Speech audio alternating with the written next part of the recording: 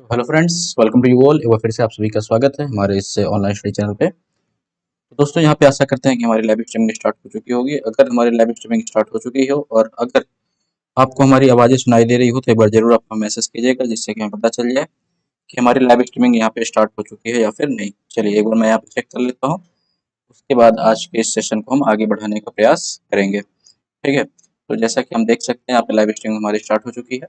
तो दोस्तों, आज के इस सेशन में हम देखने जा रहे हैं यूपी ट्रिपल एस सी का। जैसा कि आप जानते हैं, पीटी के एग्जामिनेशन आपके बहुत ही करीब है। इसके एक कंप्लीट प्रैक्टिस सेट को हम सॉल्व करने की कोशिश करेंगे इस वीडियो सेशन के माध्यम से। तो सबसे पहले तो आप लोग जितने भी लोग जुड़े होंगे, जो भी लोग जुड़े हुए हैं, एक बार हमें बता दीजिए कि हमारी साउंड क्वालिटी वगैरह सब कुछ क्लियर है या फिर नहीं। एक बार मैं चेक भी कर लेता हूँ। चलिए, साउंड क्वालिटी हमें यहाँ पे क्लियर दिखाई दे रही है। ठीक है। एक बार आप अ, अगर शेयर कर देंगे तो बहुत अच्छा रहेगा आप सभी के लिए। चलिए मैं एक बार यहाँ पे देख लेता हूँ। हम्म सॉरी।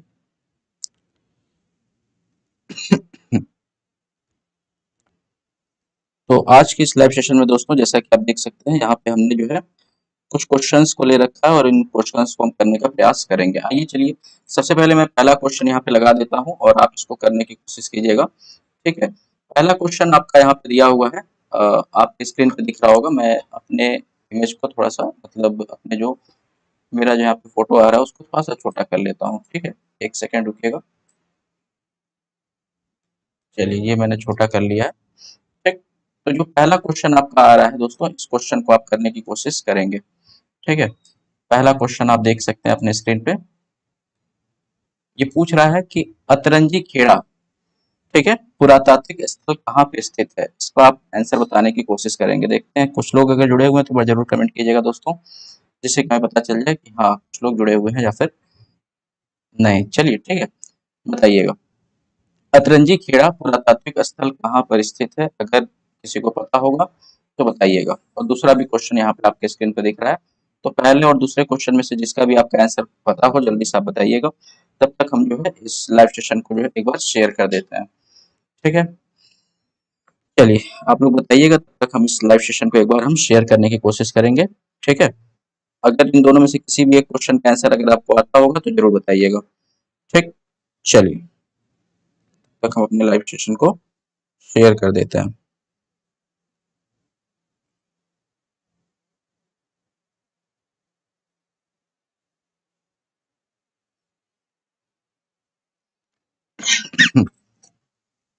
चलिए मैं आपको बताता हूँ इसका आंसर। ठीक है, इसका आंसर दोस्तों होगा अतरंजी खेड़ा, जो पुरातात्विक स्थल है। थोड़ा सा आप दिमाग लगा लीजिए। ठीक है, अगर आप यूपी का परीक्षा देने गए हैं तो यूपी में ही तो होगा। ठीक है, और मतलब ऐसा कोई मतलब हार्ड एंड फास्ट रूल नहीं है, बट फिर भी थोड़ा सा अगर आप दिमाग लगाइए वहां पे, अगर आपको नहीं कुछ समझ में आ रहा है और अगर अपने जगह का अगर ऑप्शन में है तो उसको आप करके आ जाइएगा, क्योंकि आप यूपी का एग्जाम देने गए हैं तो यूपी का है जी के आपसे पूछा जाता है। ठीक है, तो इसका जो आंसर हो जाएगा उत्तर प्रदेश। ये दोस्तों अतरंजी खेड़ा जो है, ये आपके आप जानते होंगे एटा एक जगह है। ठीक है, एटा जगह के पास में है ये। ठीक है, उत्तर प्रदेश के एटा जिले के पास में इसको खोजा गया था। ये पुरातात्विक स्थल है। कभी कभार पूछ देता है कि इसकी खोज किसने की थी, तो इसकी जो खोज की थी दोस्तों, याद रखिएगा, इनका नाम आता है अलेक्जेंडर कनिंघम का। किसका नाम आता है दोस्तों?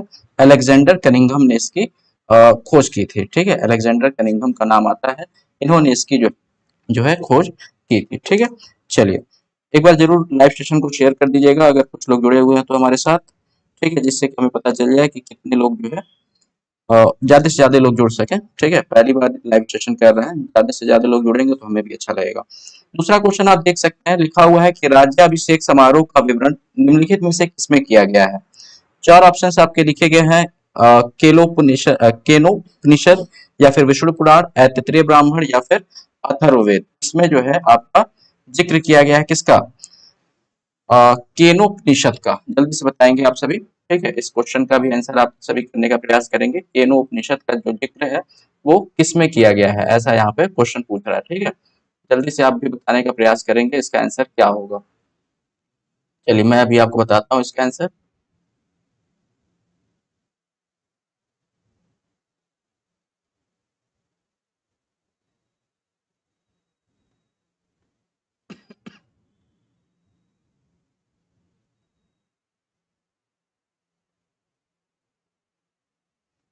चलिए, क्वेश्चन नंबर 2 का जो दोस्तों राइट आंसर होगा वो आपका ऑप्शन नंबर सी हो जाएगा, यानी कि ये ऐतरेय ब्राह्मण में जो है इसकी जिक्र किया गया है। ठीक है, इसका जो राइट आंसर होगा ऑप्शन नंबर सी हो जाएगा।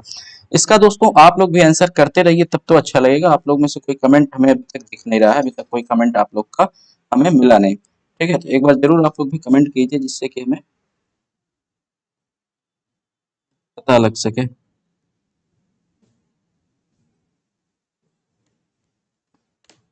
चलिए, नेक्स्ट क्वेश्चन है, गौतम बुद्ध ने अपना पहला उपदेश कहाँ पे दिया था? ठीक है, गौतम बुद्ध ने अपना पहला उपदेश दोस्तों कहाँ दिया था, ये क्वेश्चन पूछ रहा है। ठीक, तो गौतम बुद्ध से दोस्तों आपके कई सारे क्वेश्चन बन सकते हैं। आइए गौतम बुद्ध के बारे में हम थोड़ी सी जानकारी यहाँ पर ले लेते हैं। सबसे पहले बात करेंगे कि गौतम बुद्ध का जन्म कहाँ हुआ था, जन्म के समय इनका क्या नाम था। ठीक है, इन सब चीजों के ऊपर हम बात करने वाले हैं। तो दोस्तों जैसा कि आप जानते हैं, गौतम बुद्ध के बारे में थोड़ा सा हम बात कर लें, इससे क्वेश्चन हर एक एग्जामिनेशन में पूछा जाता है, इस कारण से हम बात कर लेते हैं। ठीक है, गौतम बुद्ध का जो जन्म था दोस्तों, आप याद रखिएगा कि 583 ईसा पूर्व में हुआ था। ठीक है, 583 ईसा पूर्व या फिर बीसी आप इसको कह सकते हैं। ठीक है, 583 ईसा पूर्व इनका जन्म हुआ था। कहाँ पे हुआ था इनका जन्म? तो दोस्तों आपको पता होगा कि इनका जन्म जो है दोस्तों लुम्बिनी में हुआ था। कहाँ पे हुआ था? लुम्बिनी नामक एक स्थान पे हुआ था।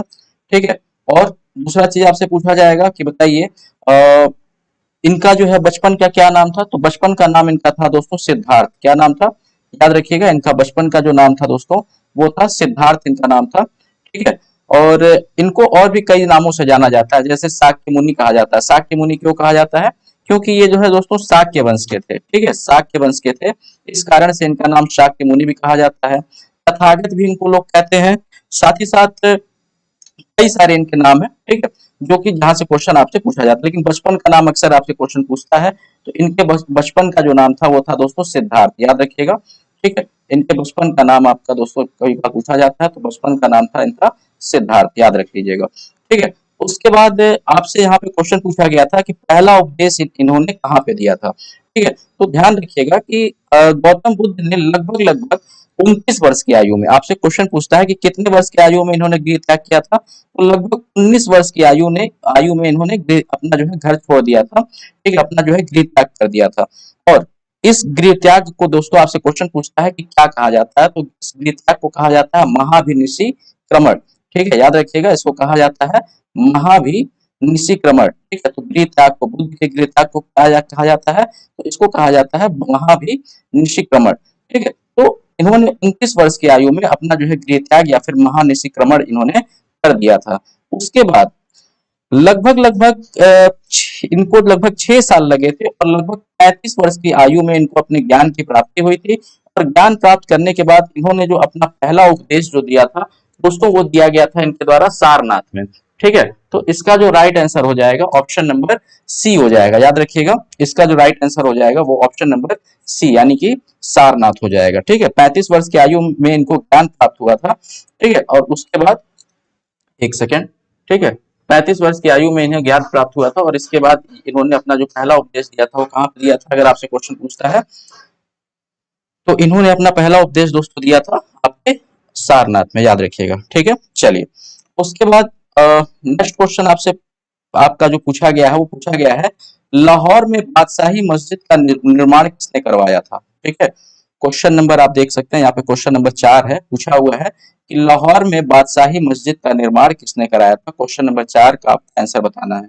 ठीक है, एक बार अगर कुछ लोग जुड़े हुए हो तो हमारे इस लाइव सेशन को शेयर कर देंगे, जिससे कि हमें भी जो है यहाँ पे आसानी हो पढ़ाने में। ठीक है, बताइएगा, लाहौर में बादशाही मस्जिद का निर्माण किसने कराया था, ये आपसे क्वेश्चन पूछा हुआ है। ठीक है, लाहौर में बादशाही मस्जिद का निर्माण किसने कराया था, चलिए बताएंगे। ठीक है, बादशाही मस्जिद का निर्माण किसने कराया था लाहौर में, ये आपसे क्वेश्चन पूछा जा रहा है, और इसका आंसर आप लोग करने का प्रयास करेंगे। ठीक है, जैसा कि दोस्तों अभी तक मुझे आपके कोई कमेंट दिख नहीं रहे हैं, तो एक बार जरूर आप लोग कमेंट करके बताइएगा। ठीक है, चलिए, मैं इसको सबसे पहले लाइव सेशन को शायद शेयर अभी तक नहीं किया गया, शेयर मैं कर देता हूँ। ठीक, तो इसका आंसर दोस्तों बताइए, जल्दी से बताइए। क्वेश्चन नंबर थर्ड का दिव्या श्रीवास्तव ने आंसर सबसे पहले किया था, option number C. Question number four का आंसर बताइए क्या होगा, जल्दी से बताएंगे। ठीक है, क्वेश्चन नंबर फोर्थ का आंसर जल्दी से बताइए क्या होगा। चलिए जल्दी से बताने की कोशिश करेंगे, क्वेश्चन नंबर फोर्थ का आंसर क्या होगा दोस्तों।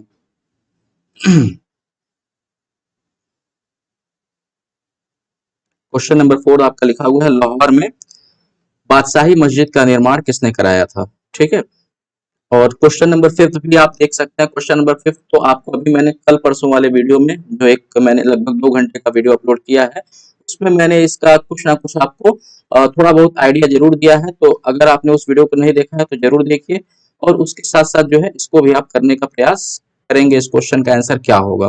ठीक है, जल्दी से इसका भी आप कुछ आंसर करने की कोशिश करेंगे।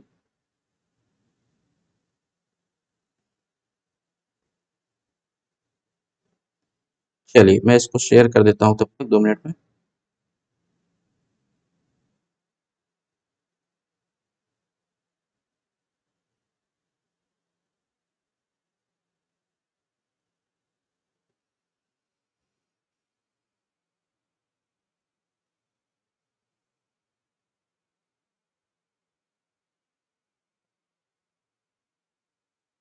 ठीक है दोस्तों, चलिए मैं आपको इसका आंसर बताता हूँ। इसका जो राइट आंसर हो जाएगा, ठीक है, लाहौर में बादशाही मस्जिद का निर्माण दोस्तों कराया गया था औरंगजेब द्वारा। तो इसका राइट आंसर हो जाएगा option number B.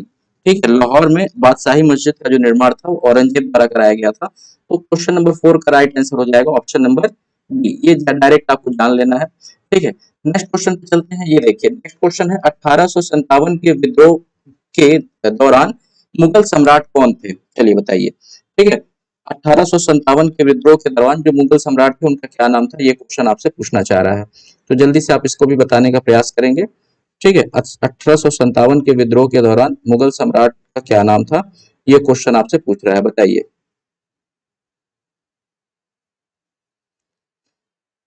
Bahadur Shah प्रथम होगा या फिर बहादुर शाह द्वितीय होगा, जल्दी से बताएंगे।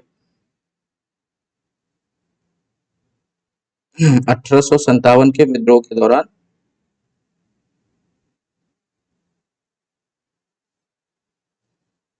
आप लोग में से आंसर कुछ लोग करने का प्रयास किए, जल्दी से बोलिए। बी कह रहे हैं, ठीक है, बहादुर शाह द्वितीय, ठीक है, सही है। क्वेश्चन नंबर फिफ्थ का राइट आंसर दोस्तों हो जाएगा ऑप्शन नंबर बी, यानी कि बहादुर शाह द्वितीय। इस क्वेश्चन का जो राइट आंसर होगा ऑप्शन नंबर बी हो जाएगा। 1857 की दोस्तों जो क्रांति हुई थी, आप जानते हैं इसको अलग अलग लोगों ने अलग अलग नामों से इसको जो है बताया था। ठीक है, जैसे कि मैंने आपको बताया था, इसको कई लोगों ने सैनिक विद्रोह कहा था, कुछ लोगों ने इसको अ, आजादी की पहली लड़ाई कही थी। ठीक है, तो ये सब भी आप क्वेश्चन को आपको देख लेना है। साथ ही साथ 1857 का जो विद्रोह हुआ था उसका जो कॉन्सिक्वेंसेस हुआ था, इसके बारे में आप जान लीजिएगा। ठीक है, कि 1858 में क्या हुआ था। 1857 के विरोध विरोध के ही कारण 1858 में भारत जो है, भारत को क्या कर लिया गया था, पूरी तरह से जो है अंग्रेजी शासन का गुलाम मान लिया गया था। इससे पहले तक भारत में जो रूल हुआ करता है, मतलब 1857 से पहले जो भारत में जो कहा जाए कि जो सत्ता चल रही होती है, वो चल रही होती है एक कंपनी की, जिसका की नाम होता है ईस्ट इंडिया कंपनी। लेकिन इससे 1857 की क्रांति के बाद अब जो 1858 से क्या होता है कि 1858 से एक फरमान पढ़ा जाता है, और उस फरमान के अंतर्गत ये कहा जाता है कि अब जो है भारत पूरी तरह से गुलाम हो गया, किसका, जो भी राजा या फिर महारानी जो भी जो है ब्रिटेन में बैठ करके राज कर रही है उसका। ठीक है, यानी कि अब डायरेक्ट जो है क्राउन का शासन, या फिर ये कहा जाए जिसको हम हिंदी में कहते हैं महारानी का शासन जो है हमारे देश में स्टार्ट हो गया था। ठीक है, तो इस बात को भी आपको ध्यान में रख लेना है। क्लियर है। चलिए दोस्तों, तो इसका राइट आंसर आपका, जितने भी लोगों ने इसका राइट आंसर किया है बिल्कुल सही है, ऑप्शन नंबर बी हो जाएगा। नेक्स्ट क्वेश्चन आप देखिए, क्वेश्चन आपसे पूछ रहा है कि भारतीय राष्ट्रीय कांग्रेस का चुना गया प्रथम मुस्लिम अध्यक्ष कौन था। ठीक है, चलिए बताइए, इसका आंसर करने का प्रयास करेंगे। भारतीय राष्ट्रीय कांग्रेस का चुना गया प्रथम मुस्लिम अध्यक्ष कौन था, जल्दी से बताएंगे। चलिए,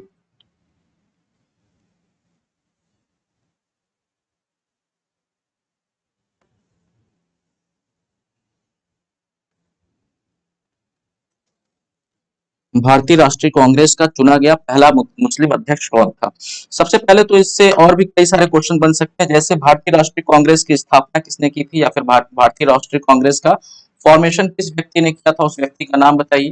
तो जल्दी से सबसे पहले तो आप ये बताने का प्रयास करेंगे कि भारतीय राष्ट्रीय कांग्रेस की स्थापना किसने की थी, ठीक है। तो दोस्तों आप जानते हैं कि मैंने आपको कल परसों के वीडियो में बताया था कि भारतीय राष्ट्रीय कांग्रेस की स्थापना की गई थी किसके द्वारा, बताइए। किसी भारतीय ने नहीं की थी, किसने की थी बताइए, जल्दी से बताएंगे, कोई बताएगा?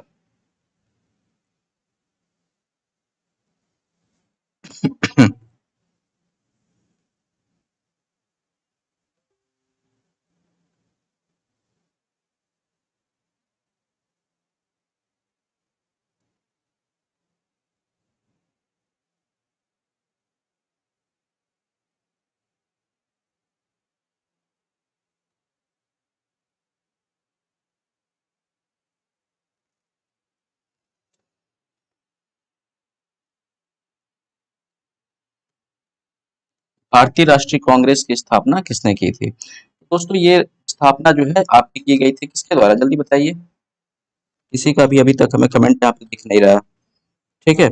चलिए मैं बता देता हूँ, इसका जो राइट आंसर होगा वो होगा दोस्तों एयो ह्यूम द्वारा। इसके द्वारा की गई थी। तो भारतीय राष्ट्रीय कांग्रेस की जो स्थापना थी दोस्तों वो की गई थी आपके एयो ह्यूम द्वारा, ठीक है। इसका आप राइट आंसर याद रखिएगा, भारतीय राष्ट्रीय कांग्रेस की स्थापना की गई थी एयो ह्यूम द्वारा। कब की गई थी अगर ये क्वेश्चन पूछता है, ठीक है। कब की गई थी भारतीय राष्ट्रीय कांग्रेस की स्थापना, तो 1885 में की गई थी दोस्तों, याद रखिएगा इस क्वेश्चन का भी आंसर, ठीक है। 1885 में की गई थी। चलिए मैं, पेन मेरा नहीं मिल रहा था तब से, अब मेरा पेन मिल गया। चलिए तो जो इसका राइट आंसर हो जाएगा, सबसे पहले तो आप ये जानिए भारतीय राष्ट्रीय कांग्रेस के बारे में पूछा हुआ है, ठीक है। तो इससे कई सारे क्वेश्चन बनते हैं। कब इसकी स्थापना की गई थी, तो 1885 में की गई थी। इसके द्वारा की गई थी दोस्तों, तो एयो ह्यूम द्वारा की गई थी। किसके द्वारा, एयो ह्यूम साहब थे, इनके द्वारा जो है स्थापना की गई थी। यहाँ पे पूछा हुआ है प्रथम मुस्लिम अध्यक्ष कौन था। प्रथम मुस्लिम अध्यक्ष आप जानते हैं कि इसके थे बदरुद्दीन तैयब जी, ठीक है। इसका जो राइट आंसर हो जाएगा ऑप्शन नंबर सी हो जाएगा। प्रथम मुस्लिम अध्यक्ष जो थे वो थे आपके बदरुद्दीन तैयब जी, ठीक है। ऑप्शन नंबर सी इस क्वेश्चन का राइट आंसर होगा, ठीक। उसके बाद कभी कभार आपसे पूछ देता है कि इसकी प्रथम महिला अध्यक्ष कौन थी। चलिए महिला अध्यक्ष के बारे में बताइए, ठीक है। आप इसके बारे में सबसे पहले प्रथम महिला अध्यक्ष के बारे में बताइए कि भारतीय राष्ट्रीय कांग्रेस की प्रथम महिला अध्यक्ष कौन थी, ठीक है। मैं आपसे जो क्वेश्चन पूछ रहा हूँ कि भारतीय राष्ट्रीय कांग्रेस की प्रथम महिला अध्यक्ष कौन थी, ठीक है, बताइए। चलिए मैं बता देता हूँ, भारतीय राष्ट्रीय कांग्रेस के प्रथम महिला अध्यक्ष का अगर नाम आता है तो दोस्तों अगर देखिएगा केवल और केवल महिला अध्यक्ष अगर आपसे पूछता है तो इसका जो राइट आंसर होगा वो होगा एनी बेसेंट। क्या होगा दोस्तों, याद रखिएगा, एनी बेसेंट होगा, हिंदी में मैं लिख देता हूँ, ठीक है। एनी बेसेंट होगा अगर केवल और केवल महिला पूछता है तो। और प्रथम भारतीय महिला अध्यक्ष पूछता है तो आपका सरोजनी नायडू तब आंसर होता है, ठीक है।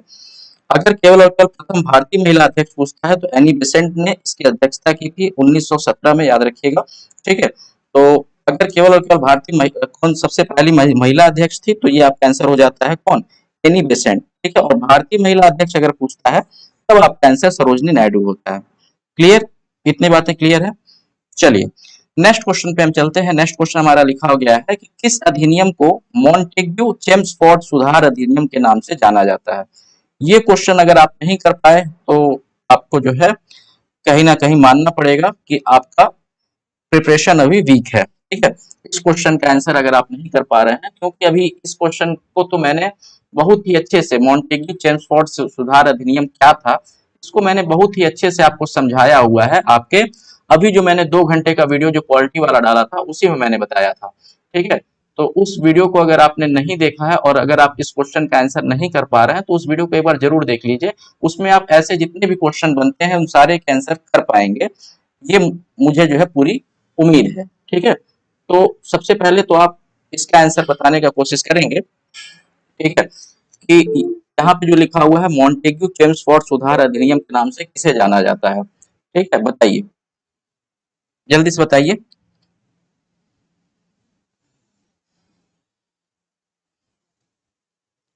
7th का ऑप्शन नंबर बी कहा जा रहा है, बिल्कुल सही है।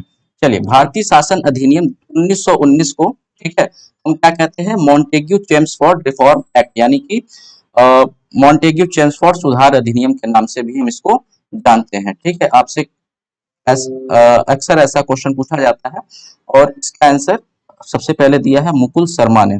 और भी बाकी लोग जितने भी लोग जुड़े हुए हैं, आप सभी भी आंसर कर सकते हैं दोस्तों, ऐसा नहीं है कि आप सभी को आंसर करने की अनुमति नहीं है, आप सभी भी आंसर दे सकते हैं। बताइएगा, आप सभी जो है आंसर करने की कोशिश कीजिए कि इसका आंसर क्या होगा। ठीक है, चलिए। ठीक है, उसके बाद नेक्स्ट क्वेश्चन पे इसका जो है आप अच्छा, इसका आंसर हो जाएगा ऑप्शन नंबर बी, यानी कि भारतीय शासन अधिनियम 1919। और इसके बारे में अगर हम थोड़ा सा और बात कर ले कि इसमें क्या था, तो आप जानते हैं कि ये जो आपका मॉन्टेग्यू चेम्सफोर्ड रिफॉर्म एक्ट था, इससे आपसे कभी कभी क्वेश्चन ये भी पूछ देगा कि बताइए कि इस समय जब ये आया था मॉन्टेग्यू चेम्सफोर्ड रिफॉर्म एक्ट या फिर सुधार अधिनियम, तो इस समय वॉइसरॉय कौन थे, बताइए। ठीक है, इस समय वॉइसरॉय कौन थे, ये क्वेश्चन पूछ देगा। या फिर आपसे पूछ देगा कि बताइए कि इस समय सेक्रेटरी ऑफ स्टेट कौन थे। ठीक है, सेक्रेटरी कौन थे भारत के, या फिर भारत के राज्य सचिव कौन थे। ठीक है, भारत के राज्य सचिव कौन थे। ठीक, ये भी आपसे क्वेश्चन पूछ सकता है। ठीक है, और पूछ सकता है कि बताइए इसमें क्या किया गया था। ठीक है, तो मैं बता देता हूं, मैंने आपको इसके जस्ट पहले वाले वीडियो में, जो मैंने एक वीडियो अपलोड किया था पॉलिटी का, उसमें बताया है कि मॉन्टेग्यू चेम्सफोर्ड रिफॉर्म एक्ट, इसी में जो है नाम सबका लिखा हुआ है। देखिए, जो पहला नाम है दोस्तों, ये होते हैं सेक्रेटरी या फिर राज्य सचिव। ठीक है, ये जो पहला नाम लिखा हुआ मॉन्टेग्यू, मॉन्टेग्यू जो थे, ये थे भारत के सेक्रेटरी या फिर भारत के राज्य सचिव, इनको कहा जाता है। उस समय एक पोस्ट हुआ करता था राज्य सचिव का, तो ये कहे जाएंगे उस समय के राज्य सचिव। ठीक है, दूसरा नाम यहाँ पे आप देख सकते हैं दोस्तों, चेम्सफोर्ड का है। तो चेम्सफोर्ड कौन थे, अगर चेम्सफोर्ड का पूछता है, तो चेम्सफोर्ड थे उस समय के क्या, वॉइस राय। ठीक है, तो याद रखिएगा उस समय के जो वॉइस राय थे उनका क्या नाम था, तो उनका नाम था आपका दोस्तों आपका चेम्सफोर्ड, याद रखिएगा। ठीक है, और वहीं राज्य सचिव के बारे में पूछा जाता है, सेक्रेटरी के बारे में पूछा जाता है, वो कौन थे, मॉन्टेग्यू थे। मतलब पहले वाले जो थे ये सेक्रेटरी हुआ करते हैं या फिर राज्य सचिव होंगे, और दूसरे वाले होंगे आपके क्या, वॉइस रॉय। ठीक है, अच्छा, इससे जस्ट पहले 1909 में भी एक एक्ट आया था।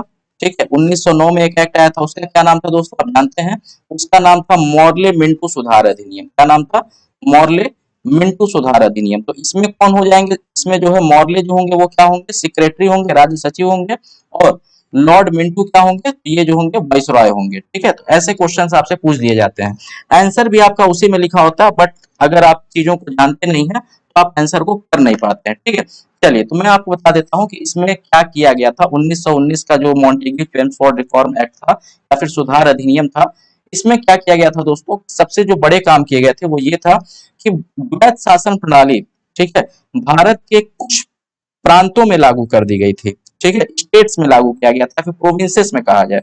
ठीक है, भारत के कुछ प्रांतों में या फिर प्रोविंसेस में क्या किया गया था, द्वैत शासन प्रणाली लागू किया गया था। तो ये भी क्वेश्चन आपसे पूछता है कि अंग्रेजों द्वारा भारत के प्रोविंसेस में या फिर भारत के प्रांतों में द्वैत शासन प्रणाली या फिर ड्यूअल फॉर्म ऑफ एडमिनिस्ट्रेशन किस रिफॉर्म एक्ट से लागू किया गया था। तो इसका जो आपका राइट आंसर बनता है दोस्तों, वो होता है कौन सा, भारत शासन अधिनियम 1919, और जिसको कि मॉन्टेग्यू चेम्सफोर्ड रिफॉर्म एक्ट के भी नाम से जाना जाता है। और इसी के बाद आपसे कहा गया था कि इस एक्ट को हम हर 10-10 साल बाद, ठीक है, जैसे द्वैत शासन प्रणाली जो लागू किया जा रहा है, इसको हम हर 10-10 साल बाद क्या करेंगे, आएंगे और इसको मॉनिटर करेंगे, इसके बारे में हम देख रेख करेंगे। ठीक है, कि क्या ये द्वैत शासन प्रणाली जो हमने लागू किया है वो सही से आपका काम कर रहा है या फिर नहीं कर रहा है। ठीक है, तो द्वैत शासन प्रणाली सही से काम कर रहा है या फिर नहीं कर रहा है, इसके लिए हम हर 10-10 साल पे कुछ लोगों का समूह भेजेंगे या फिर कोई कमीशन भेजेंगे जो आकर के इसको मॉनिटर करेगा या फिर इसका देख रेख करेगा। तो दोस्तों आप सोच सकते हैं कि 1919 में हुआ था, उसके बाद 10 साल कब कंप्लीट हो रहा है, 1929 में हो रहा है। लेकिन 1929 में क्या था कि वहां पे चुनाव थे, ठीक है, इंग्लैंड में। तो 1929 में ना आकर के ये जो भी मतलब लोगों का समूह था या फिर ये कहा जाए जो भी कमीशन था, वो एक साल पहले ही आ जाता है, 1928 में ही आ जाता है। और इसी कमीशन का नाम होता है दोस्तों साइमन कमीशन। क्या नाम होता है, साइमन कमीशन। तो साइमन कमीशन क्यों आता है, तो भारत में लागू जो द्वैत शासन प्रणाली थी उसका जो है निगरानी करने के लिए आता है। अब इसके बारे में मैंने आपको बहुत बढ़िया से पढ़ा रखा है, उसको आप देखिएगा। अगर मैं बहुत डीप में जाने लगूंगा तो आपको जो है थोड़ा सा यहाँ पे टाइम नहीं बचेगा और दिक्कत होगा। चलिए नेक्स्ट क्वेश्चन, ये ऐसे क्वेश्चन देखिए दोस्तों आपसे अक्सर पूछे जा रहे हैं। अभी ग्रुप डी के भी एग्जामिनेशन हुए हैं, उसमें भी ऐसे क्वेश्चन पूछे गए हैं, और साथ ही साथ जितने भी एग्जामिनेशन हो रहे हैं ज्यादातर में ऐसे क्वेश्चन पूछे जा रहे हैं। ठीक है, तो बताइएगा इस क्वेश्चन का आंसर बताइए। क्या लिखा हुआ है? निम्नलिखित ऐतिहासिक घटनाओं को उनके काल क्रमानुसार व्यवस्थित करें। ठीक है, चलिए बताइए कौन सी घटना कब हुई थी। तीन घटनाएं लिखी हुई हैं, चंपारण सत्याग्रह, बंगाल विभाजन, और तीसरा लिखा हुआ है जलियांवाला बाग हत्याकांड। ठीक है, बताइएगा कि कौन कैसे कब हुआ था, इसके बारे में आपको बताना है और इसको आपको व्यवस्थित करना है। ठीक है, जल्दी से आप करने का प्रयास करेंगे। चलिए, अगर सेशन को दोस्तों आप लोगों ने लाइक नहीं किया तो एक बार जरूर लाइक कर दीजिएगा, और जल्दी से जो है अगर शेयर भी अगर आप कर देंगे तो बहुत अच्छा रहेगा, ज्यादा से ज्यादा लोग जुड़ सकेंगे। ठीक है, चलिए, और ऐसे सेशंस हम जो है आपके लिए लाते रहेंगे, जिससे कि अच्छा मतलब आपकी भी प्रिपरेशन अच्छी हो सके। ठीक, चलिए, तो मैं इसका आंसर बता देता हूँ। इसका भी मैंने आपको बता रखा है उसी वीडियो में। ठीक है, मैंने बताया था बंगाल विभाजन आपका कब होता है दोस्तों, 1905 में होता है। ठीक है, कौन करता है? अगर आपसे ये क्वेश्चन पूछता है बंगाल का विभाजन कौन करता है, तो लॉर्ड कर्जन द्वारा, याद रखिएगा। कौन करता है दोस्तों? लॉर्ड कर्जन द्वारा जो है भारत का जो बंगाल का जो प्रांत रीजन होता है उसका विभाजन कर दिया जाता है। कब? 1905 में। ठीक, जलियांवाला बाग हत्याकांड कब हुआ था? आप सभी जानते हैं, ये 1919 में हुआ था। ठीक है, अप्रैल 1919 के टाइम में लगभग ये हुआ था आपका। ठीक है, अप्रैल 1919 में। ठीक है, और तीसरा आपका जो पहला वाला पॉइंट लिखा हुआ वो चंपारण सत्याग्रह लिखा हुआ, ये कब हुआ था? तो आप जानते हैं 1915 1916 के टाइम में आपका ये आपका चंपारण सत्याग्रह हुआ था। तो इस प्रकार से देखा जाए तो काल क्रमानुसार सबसे पहले आपका आता है ऑप्शन नंबर 2, उसके बाद आएगा ऑप्शन नंबर 1। ठीक है, और एट लास्ट आपका आएगा ऑप्शन नंबर 3। ठीक है, तो सबसे पहले 2, फिर 1, फिर 3। ठीक है, 2 3 1 कई लोग कह रहे हैं यहाँ पे आंसर। ऑप्शन नंबर बी कह रहे हैं, पहले 2 यानी कि बंगाल विभाजन, उसके बाद 3, तब 1। नहीं दोस्तों, गलत है। ठीक है, ऑप्शन नंबर बी इसका राइट आंसर नहीं। अगर आप आंसर दे रहे हैं क्वेश्चन नंबर, अगर आप क्वेश्चन नंबर 8 का अगर आप आंसर दे रहे हैं दोस्तों, तो इसका आंसर क्या हो जाएगा? इसका आंसर होगा 213। 213 किस में है? ऑप्शन नंबर सी में है। इसका आंसर जो होगा ऑप्शन नंबर सी होगा, याद रखिएगा। ठीक है, चंपारण सत्याग्रह आपका कब हुआ था? तो 1915 के टाइम में हुआ था, याद रखिएगा। ठीक है, बंगाल विभाजन 1905 में हुआ था, और जलियांवाला बाग हत्याकांड ये जो है 1919 में हुआ था दोस्तों। ठीक है, तो ये सब आपको याद रखना पड़ेगा थोड़ा थोड़ा। ठीक, इसका जो राइट आंसर हो जाएगा वो आपका क्या हो जाएगा? ऑप्शन नंबर सी हो जाएगा दोस्तों। ठीक है, चलिए कोई बात नहीं।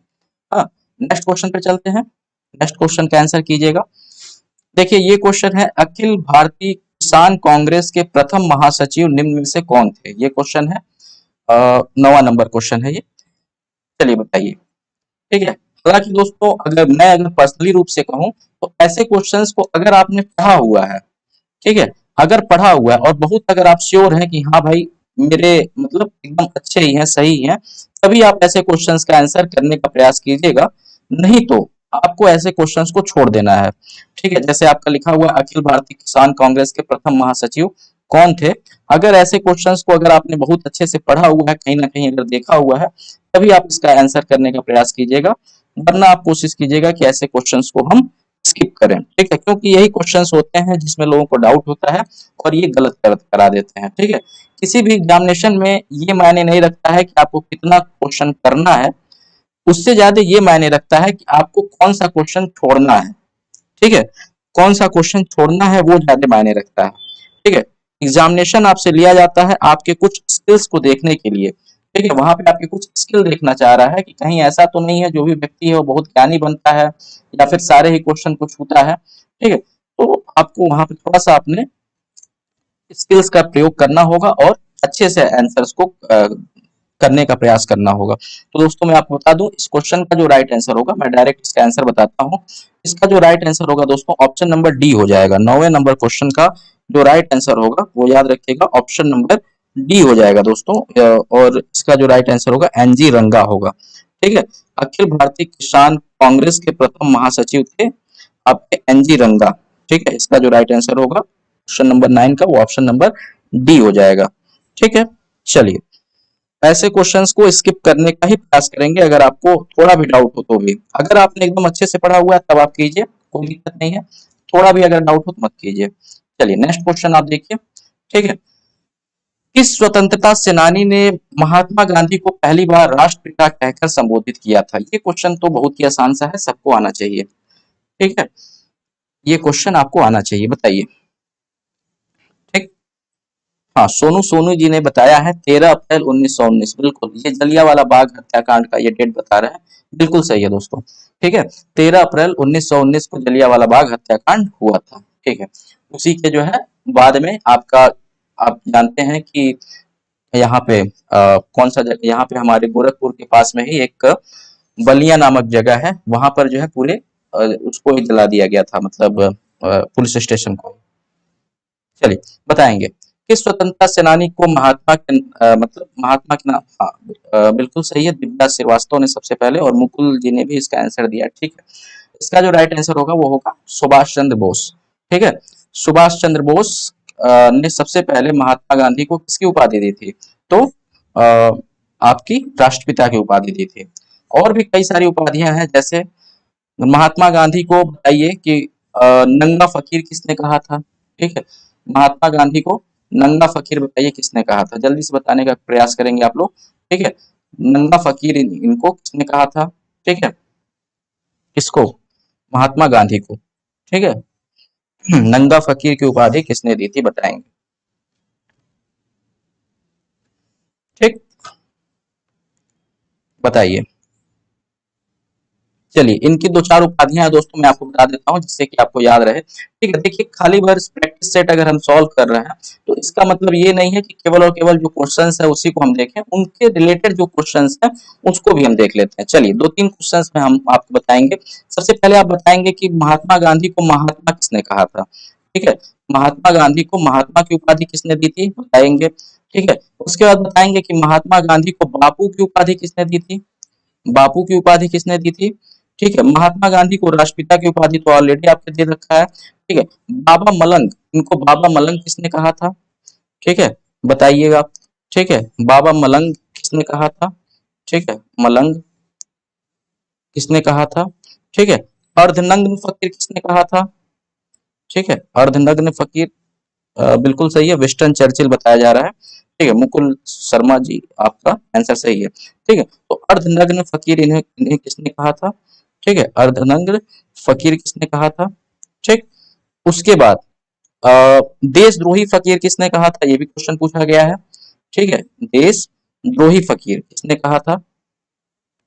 ठीक, देशद्रोही फकीर को मैं ऐसे कर दे रहा हूँ, याद रखिएगा। ठीक है, उसके बाद देशद्रोही फकीर के बाद एक और नाम था इनका, वन मैन बाउंड्री फोर्स।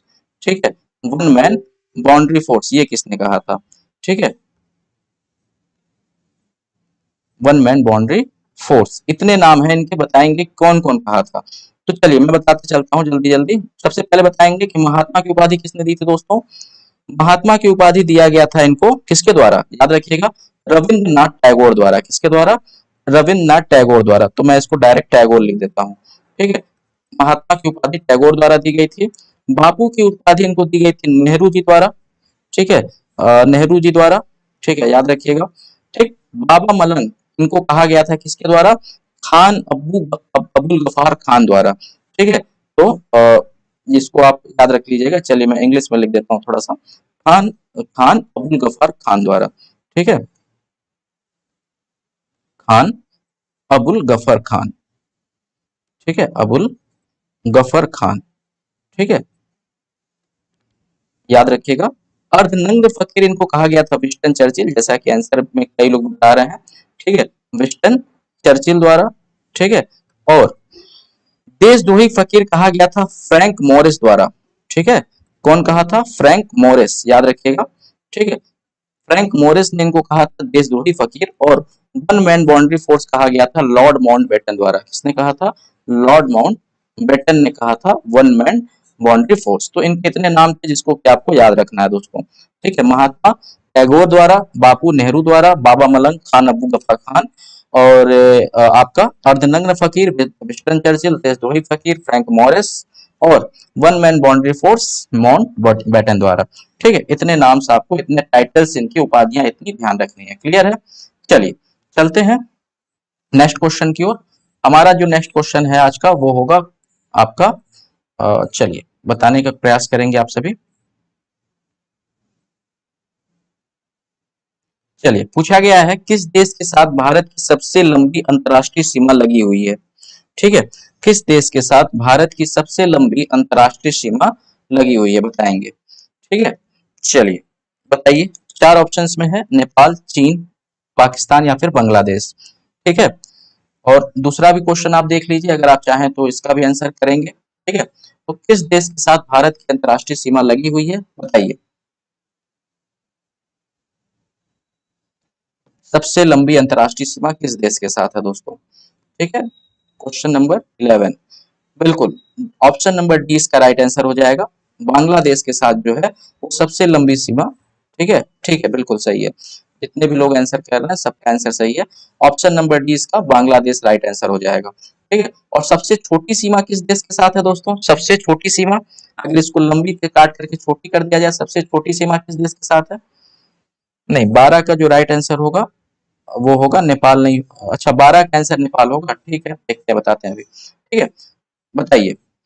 ठीक, 11 का आंसर आप कह रहे हैं बांग्लादेश, ऑप्शन नंबर डी। 12 का आंसर भी देख लेते हैं। 12 का आंसर कहा जा रहा है बी, नाथुला दर्रा जो है आपके, नाथुला दर्रा नेपाल में है। अच्छा, चलिए, नाथुला दर्रा दोस्तों नेपाल में है क्या? नहीं, नाथुला दर्रा आपके भारत में है दोस्तों। ठीक है, इसका जो राइट आंसर होगा नाथुला दर्रा आपका भारत में है। ठीक है, option number D right answer होगा। ठीक है, याद रखिएगा, नाथुला दर्रा आपके भारत में ही है। ठीक है, भारत में सिक्किम के पास है ये, याद रखिएगा। ठीक है, सिक्किम में है ये। ठीक, भारत में ही पूछता है तो कहाँ पर है, तो सिक्किम में है। ठीक है, नाथुला दर्रा आपके भारत में ही है। ठीक, इसका जो राइट आंसर होगा वो भारत में है। ठीक है, ये सब आपको याद रखना पड़ेगा। ठीक है, चलिए एक और मैं दर्रे से क्वेश्चन पूछ देता हूँ, बताइए नीति दर्रा और माना दर्रा, इसका भी आप लोग कमेंट कीजिएगा। नीति दर्रा और नीति और माना। ठीक है, दो मैं बताता हूँ, नीति और माना दर्रा, ये किस राज्य में है? ठीक है, भारत के किस राज्य में है, बताइए, नीति दर्रा और माना दर्रा। तब तक हम नेक्स्ट क्वेश्चन को करते हैं। क्वेश्चन नंबर 13 आपके स्क्रीन पर दिख रहा होगा, राष्ट्रीय उद्यानों और उनके स्थानों के संदर्भ में निम्नलिखित में से कौन सा युग्म सही नहीं है? तो यहाँ पे कौन सा युग्म सही है दिखा हुआ है, कौन सा युग्म सही है? तो पहला लिखा हुआ है गिर राजस्थान। गिर क्या राजस्थान में है? नहीं, गलत है। गिर आपका गुजरात में है, आप सभी जानते होंगे। ठीक है, गिर आपका कहाँ पे है दोस्तों? गुजरात में है। रणथंबोर, रणथंबोर आपका राजस्थान में है, ये महाराष्ट्र दिया हुआ है, ये भी गलत है। ठीक है, केबुल लमजाओ मणिपुर, ये बिल्कुल सही है, यही आपका राइट आंसर हो जाएगा। ऑप्शन नंबर सी इसका जो होगा वो राइट आंसर होगा। ठीक है, और साइलेंट वैली आपका कर्नाटक लिखा हुआ है, तो पहला ये आपका ऑप्शन नंबर सी इसका राइट आंसर हो जाएगा, याद रखिएगा। ठीक, ठीक है, क्लियर है, सभी को क्लियर है? नीति दर्रा, हाँ नीति दर्रा जो है आपका उत्तराखंड में, बिल्कुल सही है। माना दर्रा बताइए। ठीक है, हाँ बिल्कुल, 13 का ऑप्शन नंबर सी इसका राइट आंसर हो जाएगा। ठीक है, केबुल लमजाओ आपका मणिपुर में है दोस्तों। चलिए नेक्स्ट क्वेश्चन पे चलते हैं। नेक्स्ट क्वेश्चन आपका है कि सूर्य से बढ़ती हुई दूरी के अनुसार ग्रहों का निम्नलिखित में से कौन सा क्रम सही है? ठीक है, सूर्य से बढ़ती हुई दूरी के अनुसार निम्नलिखित में से कौन सा क्रम सही है, मतलब कौन सा पहले आता है, उसके बाद कौन सा आता है, उसके बाद कौन सा आता है, दूरी के हिसाब से आपको बताना है। ठीक है, बताइए। क्वेश्चन नंबर 14 का आंसर आप लोग बताने का कोशिश करेंगे। ठीक है, तो इसके लिए दोस्तों आप सभी जानते होंगे, आप में से ज्यादातर लोग एक ट्रिक याद रखते हैं। ठीक है, इसका एक ट्रिक होता है और इंग्लिश में है वो ट्रिक। ठीक है, आप इसको याद रख सकते हैं, माई वेरी एजुकेटेड मदर। ठीक है, माई वेरी एजुकेटेड मदर। ठीक है, एजुकेटेड, ठीक है, mother just shows as 9 planet। ठीक है, जस्ट शो अस 9 प्लैनेट। तो प्लैनेट वाला का जो पी है वो तो कैंसिल हो गया, ये तो आपका प्लूटो था, ये कैंसिल हो गया। बाकी एम से आपका सबसे पहले आता है क्या? एम से सबसे पहले इसमें माई आ रहा है ना, तो माई के एम से हो गया आपका मरकरी। ठीक है, सबसे पहले मरकरी आपका होगा, मरकरी यानी कि बुध। ठीक है, उसके बाद आपका होगा दूसरा, वेरी से हो गया आपका वीनस, ठीक है। उसके बाद ई से आपका होगा एजुकेटेड के ई से आपका हो गया अर्थ। फिर मदर, मदर का एम आ रहा है तो एम से हो जाएगा आपका मार्स, याद रखिएगा, ठीक है। तो उसको भी मैं लिखते चलता हूँ मरकरी। उसके बाद वीनस, ये आपका वेरी से हो गया वीनस, एजुकेटेड से आपका हो गया अर्थ, ठीक है। उसके बाद मदर में हो गया मार्स, ठीक है, MAR एस, ठीक है। उसके बाद आपका जस्ट के हो, जस्ट से हो गया आपका जुपिटर, यानी कि जस्ट के जे से हो गया आपका जुपिटर, सोस से सैटर्न, अस से यूरेनस और नाइन से आपका नेपच्यून, ठीक है। तो इसका जो राइट आंसर बनेगा दोस्तों वो होगा, सबसे पहले आता है आपका बुध, फिर शुक्र, फिर पृथ्वी, तब मंगल, ठीक है। तो बुध शुक्र ये पृथ्वी मंगल, ठीक है। इसका जो राइट आंसर होगा वो होगा ऑप्शन नंबर ए, बिल्कुल सही। जितने भी लोग, हाँ, वेडनेसडे, फ्राइडे और चलिए ठीक है, ठीक है। ऑप्शन नंबर ए इस क्वेश्चन का राइट आंसर होगा, ठीक है। बाकी आप किसी भी ट्रिक से इसको याद किए हो, ऑप्शन नंबर ए। चलिए ये बताइए, क्वेश्चन नंबर 15 आपका लिखा हुआ है कि 90 ईस्ट रिज कहाँ स्थित है, 90 ईस्ट रिज कहाँ पे स्थित है, ये आपसे क्वेश्चन पूछा गया है। ये क्वेश्चन कई बार रिपीट भी हुए हैं, तो इंपॉर्टेंट क्वेश्चन है, आपका आ सकता है दोस्तों, ठीक है। 90 ईस्ट रिज कहाँ पर है बताएंगे। चलिए 90 ईस्ट रिज कहाँ पर है, चलिए इसको मैं बताते चलता हूँ जल्दी से, चाहे बताइए जल्दी से, अगर आप लोग जल्दी से कमेंट कीजिए, रैपिड फायर, ठीक है। ये दोस्तों मैं बता दूं आपको, हिंद महासागर में है, ऑप्शन नंबर ए इस क्वेश्चन का राइट आंसर हो जाएगा, ठीक है। ये क्या हो गया, हाँ, ऑप्शन नंबर सी इस क्वेश्चन का राइट, ए नहीं, क्षमा कीजिएगा, ऑप्शन नंबर सी इस क्वेश्चन का राइट आंसर होगा, हिंद महासागर में है दोस्तों, क्लियर। चलिए नेक्स्ट क्वेश्चन पे चले। मिश्रित अर्थव्यवस्था से क्या तात्पर्य है, आपसे क्वेश्चन पूछ रहा है, ठीक है। बताइए मिश्रित अर्थव्यवस्था से क्या तात्पर्य है, जल्दी से बताएंगे, ठीक है। क्वेश्चन नंबर 16, ठीक है, बताएंगे मिश्रित अर्थव्यवस्था से क्या तात्पर्य है, जल्दी से बताइए, ऑप्शन देखिए और आंसर करने का प्रयास करेंगे दोस्तों आप लोग, ठीक है। चार ऑप्शंस लिखा हुआ है, सार्वजनिक क्षेत्र और निजी क्षेत्र का सह अस्तित्व, सार्वजनिक क्षेत्र और निजी क्षेत्र में प्रतिस्पर्धा, सार्वजनिक क्षेत्र का विशेष बल, या फिर उपयुक्त में से कोई नहीं। चार ऑप्शंस लिखे हुए हैं, 16 का आंसर जल्दी से बताने की कोशिश करेंगे, ठीक है।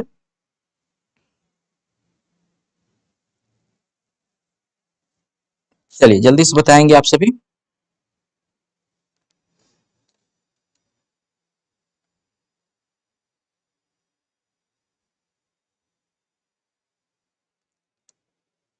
मैं एक बार एक आप लोग का कमेंट पढ़ लेता हूँ, ठीक है। 16 का बी कहा जा रहा है, प्रतिस्पर्धा, नहीं, रुचि जायसवाल का बिल्कुल सही आंसर है, ठीक है। रुचि जायसवाल कह रही है ऑप्शन नंबर ए बिल्कुल सही है, ठीक है। मिश्रित अर्थव्यवस्था का मतलब ये है कि सार्वजनिक क्षेत्र और निजी क्षेत्र दोनों का जो है एक साथ चलते हो, एक साथ चलने का मतलब इनका जो है सह अस्तित्व हो, ठीक है। तो 16 का ऑप्शन नंबर ए आपका राइट आंसर हो जाएगा, ठीक है। 16 का ऑप्शन नंबर ए आपका राइट आंसर हो जाएगा।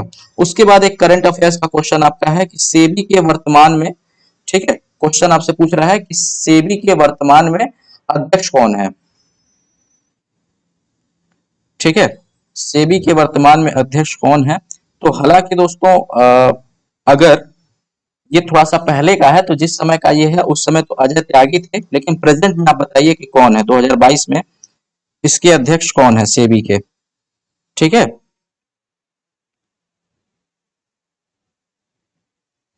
चलिए अभी किसको नामित किया गया है, इसको अगर आप बताएं जल्दी से बताएंगे, ठीक है।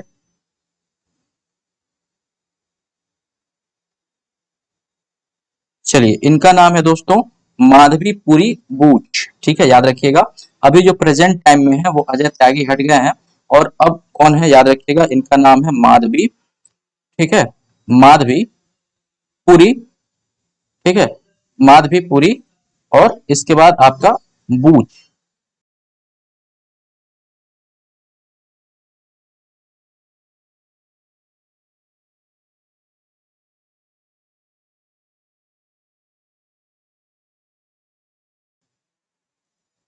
तो प्रेजेंट टाइम में अगर आपके अध्यक्ष पूछता है तो माधवी पुरी बूच हो जाएगा। इस समय जब तक जब का ये क्वेश्चन है तब मतलब जो प्रैक्टिस सेट है तो उस समय अजय त्यागी थे। 17 का डी, हाँ बिल्कुल, हाँ हाँ हाँ हाँ, दिया तो हुआ है यार। ठीक है, हाँ बिल्कुल, ऑप्शन नंबर डी इसका राइट आंसर होगा। मैंने सॉरी देखा नहीं मैंने। ठीक है, ऑप्शन नंबर डी इसमें दिया हुआ है। ठीक है, ऑप्शन नंबर डी पे दिया हुआ है, ऑप्शन नंबर डी इसका राइट आंसर हो जाएगा। ठीक, बिल्कुल। चलिए नेक्स्ट क्वेश्चन पे चलते हैं। लिखा हुआ है उद्योग किस पंचवर्षीय योजना में विकसित हुआ। ठीक है, उद्योग किस पंचवर्षीय योजना में विकसित हुआ बताइए। उद्योग जो है किस पंचवर्षीय योजना में आपका विकसित हुआ था, इसको बताइएगा। 18 का जो राइट आंसर होगा दोस्तों, आप सभी जानते हैं कि उद्योग जो है आपकी द्वितीय पंचवर्षीय योजना का जो है मुख्य आपका एम था कि उद्योग में आपकी वृद्धि करना है। ऐसे ही प्रथम पंचवर्षीय योजना का अगर देता है तो प्रथम पंचवर्षीय योजना में क्या विकसित हुआ था, तो एग्रीकल्चर पे जोर दिया गया था। प्रथम पंचवर्षीय योजना में एग्रीकल्चर यानी कि कृषि पे जोर दिया गया था। द्वितीय में आपका जो है जोर दिया गया था किस पे, उद्योग पे। यही दो ज्यादातर आपसे क्वेश्चन पूछता है। ठीक है, और एक और क्वेश्चन का आंसर बताइए कि आप चलिए तीसरे वाले में मैं बता देता हूँ। तीसरे में दोनों का समग्र विकास पे जोर दिया गया था। ठीक है, तो इसका जो राइट आंसर हो जाएगा, ठीक है, कि प्रथम पंचवर्षीय योजना में किस चीज पे जोर दिया गया था, तो आपके उद्योग एग्रीकल्चर पे, और द्वितीय में पूछा हुआ था तो द्वितीय में जो है आपके उद्योग पे दिया गया था। ठीक है, एक और क्वेश्चन बताइए कि प्रथम पंचवर्षीय योजना किस मॉडल पे बेस्ड थी, ये भी आपको बताना है। ठीक है, जो आपकी जो है प्रथम पंचवर्षीय योजना थी वो किस मॉडल पे आधारित थी, ये आपको जल्दी से बताना है। ठीक है, बताइए।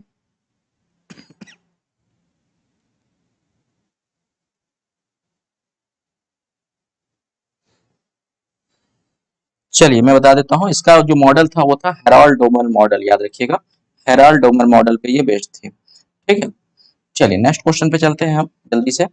ठीक है, बिल्कुल बिल्कुल, जितने भी लोग आंसर कर रहे हैं। ठीक है, हेराल्ड डोमर, हाँ बिल्कुल। ठीक है, प्रथम पंचवर्षीय योजना हेराल्ड डोमर मॉडल पे बेस्ड थी।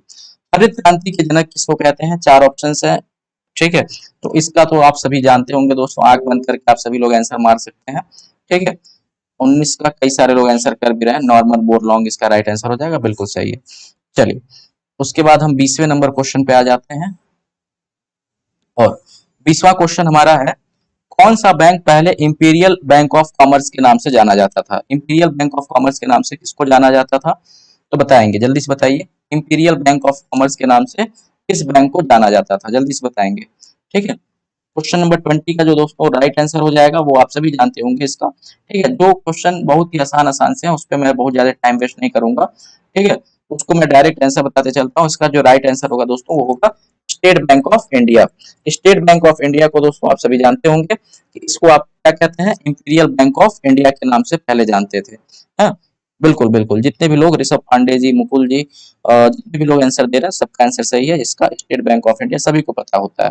ठीक है, ये देखिए, ये क्वेश्चन भी अभी कई बार मैंने बताया, कल भी वीडियो में, उसके पहले वाले भी वीडियो में, संविधान सभा के पहले अस्थायी अध्यक्ष कौन थे, बताइए। ये भी तो आप सभी जानते होंगे, अस्थायी अध्यक्ष।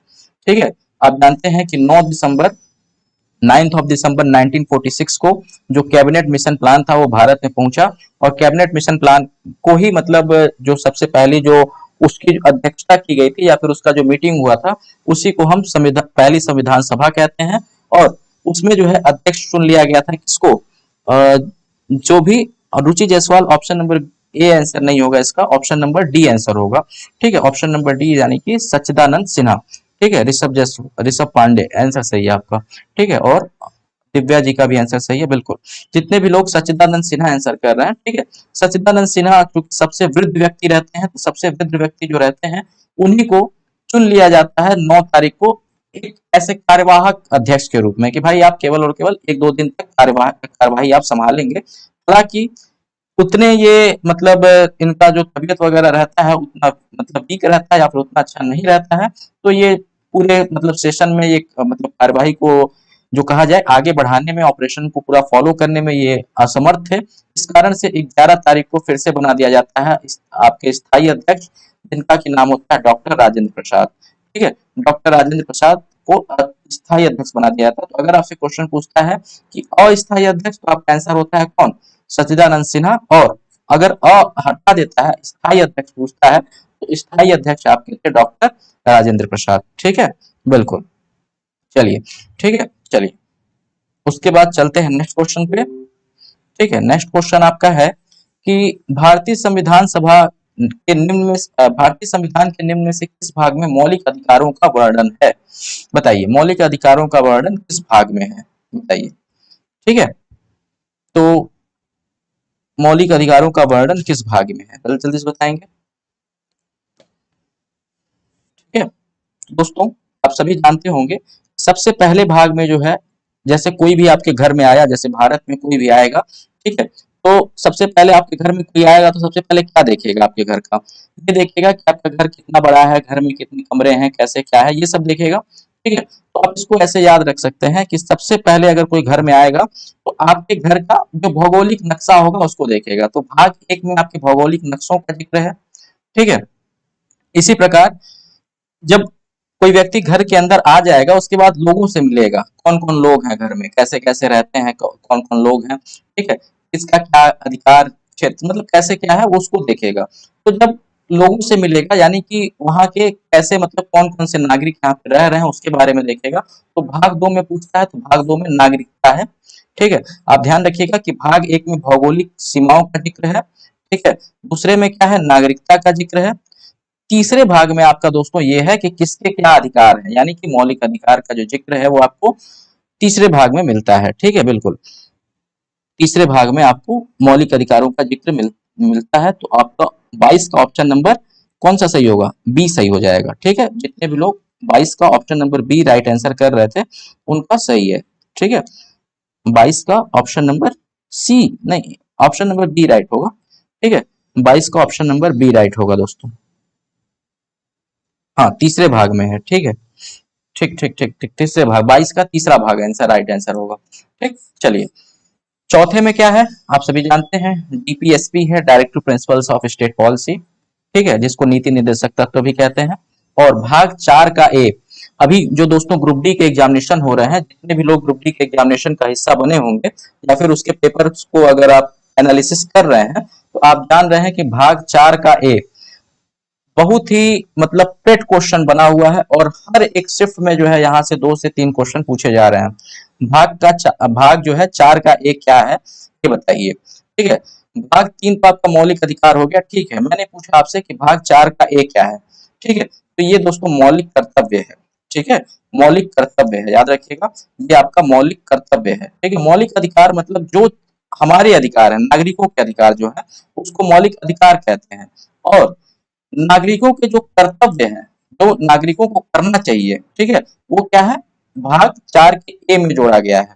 ठीक है, उसको मौलिक कर्तव्य कहते हैं। ठीक है, चलिए चलते हैं नेक्स्ट क्वेश्चन की ओर। क्वेश्चन नंबर 23 पे आते हैं। ठीक है, भारत के संविधान में निम्नलिखित में से कौन सा अनुच्छेद समान नागरिक संहिता से संबंधित है? ठीक है, समान नागरिक संहिता यानी कि यूनिफॉर्म सिविल कोड जिसको आप कहते हैं। अच्छा क्वेश्चन है दोस्तों, ये यूनिफॉर्म सिविल कोड यानी कि संविधान नागरिक संहिता, अभी आप जानते हैं कि बहुत ज्यादा चर्चित विषय है, बहुत ज्यादा चर्चित टॉपिक है, तो पूछा जाना लाजमी है, पूछा जा सकता है क्वेश्चन। ठीक है, करंट से रिलेटेड होगा। ठीक, 4 ऑप्शन दिए हुए हैं, 46, 45, 43 या फिर 44। बताएं, बताएं। ऑप्शन, ये क्वेश्चन नंबर आपका सबसे पहले आप लिखेंगे क्वेश्चन नंबर 23 का आंसर। 23 का आंसर क्या होगा जल्दी से बताएंगे। ठीक है, 23 का क्वेश्चन नंबर 23 का राइट आंसर क्या होगा दोस्तों? 23 का राइट आंसर, हाँ बिल्कुल, आर्टिकल आर्टिकल 44 में, बिल्कुल सही है। आर्टिकल 44 में आपका यूनिफॉर्म सिविल कोड का जिक्र किया गया है। ठीक है, यूनिफॉर्म सिविल कोड मतलब समान नागरिक संहिता, मतलब सबके लिए एक समान कानून होना चाहिए। ऐसा नहीं है कि हिंदुओं के लिए अलग कानून हो, मुस्लिमों के लिए अलग कानून हो, सिख के लिए अलग कानून, ईसाइयों के लिए अलग कानून, ऐसा नहीं होना चाहिए। या फिर कानून जो है जगह जगह वैरी नहीं करना चाहिए, जैसे कहीं शराबबंदी हो गई, कहीं शराब नहीं बंद है। ठीक है, ऐसा भी नहीं होना चाहिए। सबके लिए जो है समान, जो भी कानून हो वो सबके लिए समान होने चाहिए। तो इसका जो राइट आंसर होगा दोस्तों ऑप्शन नंबर सी आपका डी हो जाएगा, यानी कि 44। ठीक है, यूनिफॉर्म सिविल कोड 44 में है। एक क्वेश्चन और बताइए, अनुच्छेद 40 में क्या लिखा हुआ है? अनुच्छेद 40 में क्या लिखा हुआ है जल्दी से बताइए, बहुत ही इंपॉर्टेंट है ये। अनुच्छेद 40 बहुत ही इंपॉर्टेंट है। ठीक है, पोस्ट क्वेश्चन पूछा जाएगा। और 48 नंबर का तो आप सभी जानते होंगे, अनुच्छेद 48 में क्या है, क्योंकि आप इससे ज्यादातर लोग आई थिंक आप लोग ईवीएस पढ़ते होंगे तो 48 नंबर तो आप जानते ही होंगे। ठीक है, अनुच्छेद 48 में क्या दिया हुआ है। ठीक, अनुच्छेद 48 आई थिंक आप सभी को पता होगा। अनुच्छेद 48 बताएंगे। ठीक है, तो सबसे पहले आपको ये बताना है कि अनुच्छेद 40 में क्या है दोस्तों, बहुत इंपॉर्टेंट है ये अनुच्छेद। ठीक है सॉरी। चलिए तो मैं बता देता हूं, अनुच्छेद 40 में आपका पंचायती राज व्यवस्था का जिक्र किया गया है कि पंचायत होगी।